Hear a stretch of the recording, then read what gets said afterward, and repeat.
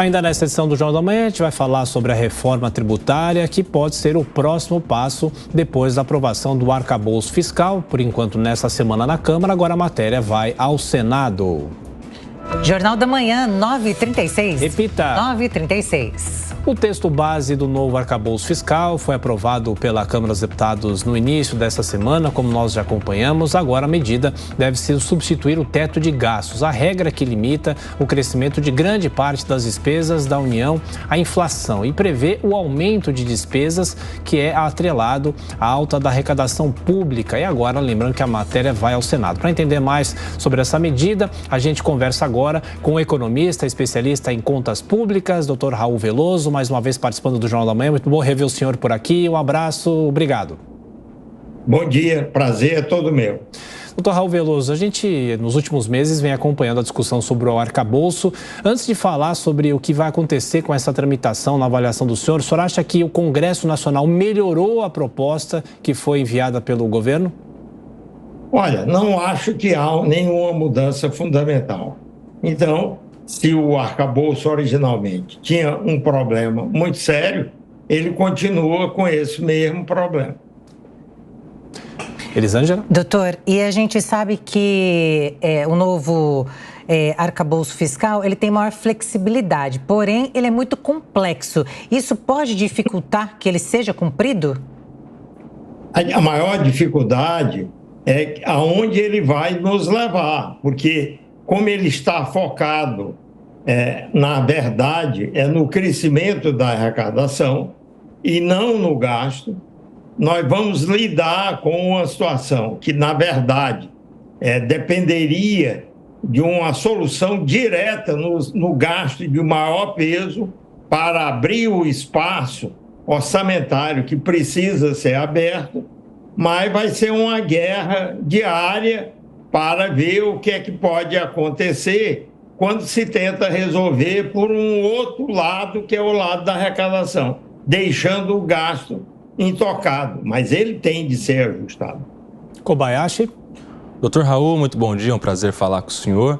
A gente viu que já na Câmara dos Deputados tivemos algumas pequenas alterações no texto originalmente oferecido pelo governo, agora foi para o Senado, também pode ter alterações no campo do Senado Federal. Eu gostaria de saber do senhor, que é um especialista na área, se o senhor pudesse sugerir uma mudança em específico, qual é o ponto que esse arcabouço precisa mudar para melhorar? Ele tem de estar focado no ajuste do gasto de maior peso no orçamento público, que se chama Previdência.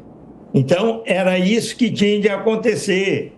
Era o governo chegar e dizer, olha, vamos cumprir a exigência constitucional, porque ela existe, de se fazer a arrumação previdenciária em todos os entes públicos. E para fazer isso, nós temos de tomar uma série de medidas que podem ser demoradas, mas que são parte de um passo a passo bastante conhecido. É só fazer o que a lei já manda fazer.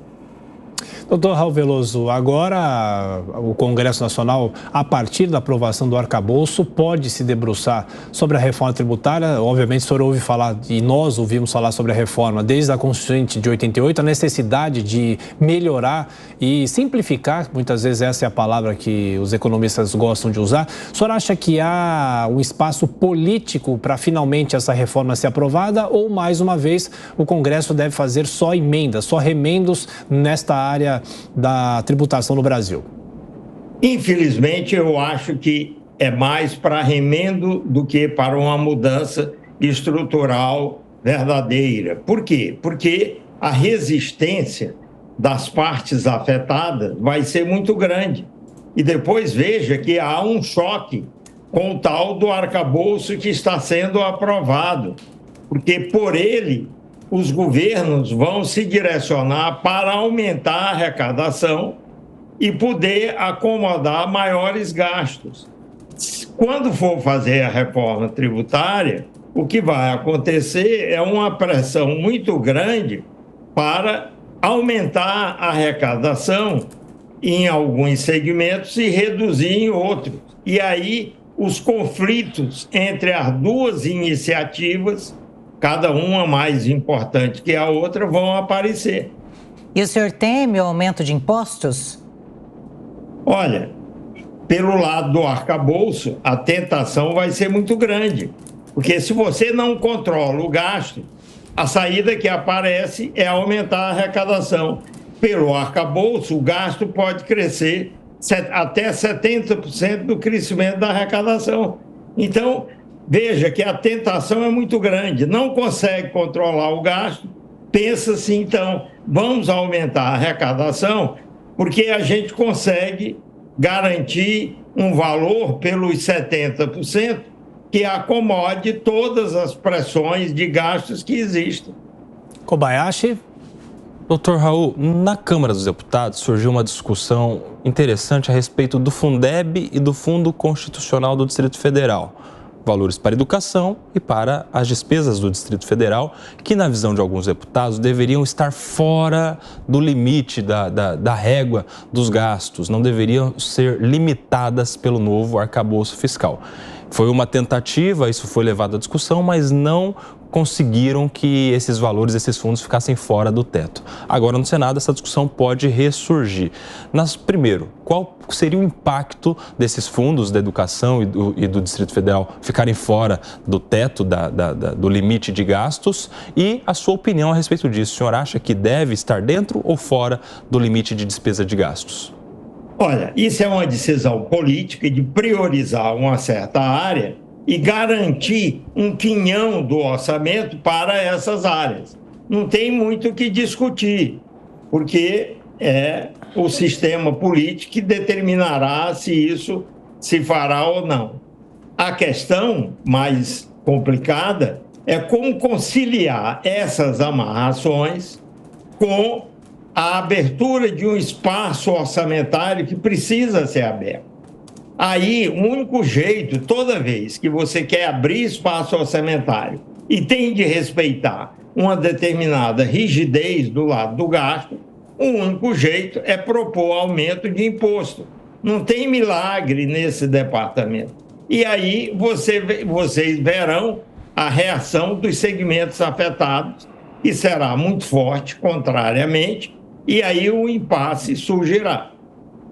Doutor Raul Veloso, ainda falando sobre a reforma tributária, a senhora acha que os governadores, nesse momento, têm disposição para discutir o futuro do ICMS, que é o imposto mais importante no âmbito dos estados?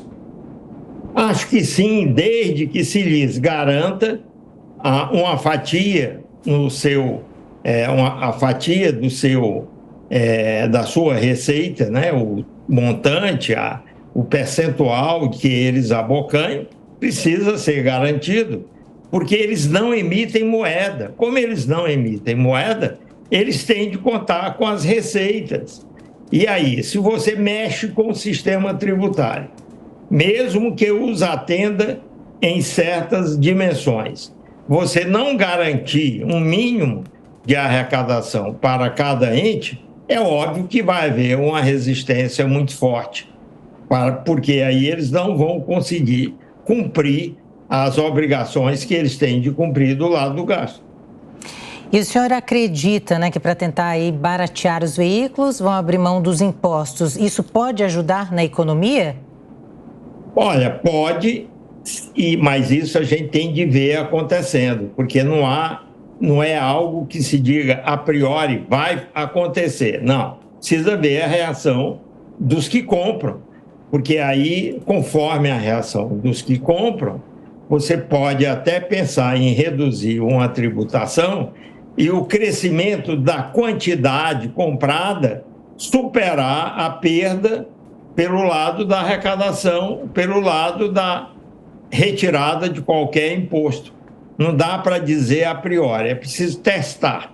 É claro que quanto menor a tributação, mais fluidez, mais funcionamento adequado as economias têm, mas ao mesmo tempo nós não podemos esquecer que o setor público tem obrigações para serem cumpridas, em geral com base constitucional, e para isso eles precisam de algum dinheiro suficiente para os gastos. A última pergunta, Nelson Kobayashi. Doutor Raul, já que falamos aqui sobre essa redução dos impostos para os veículos, eu queria agora uma opinião do senhor para a nossa audiência. O que esperar dos impactos dessa redução no mercado? O carro usado vai ficar mais barato?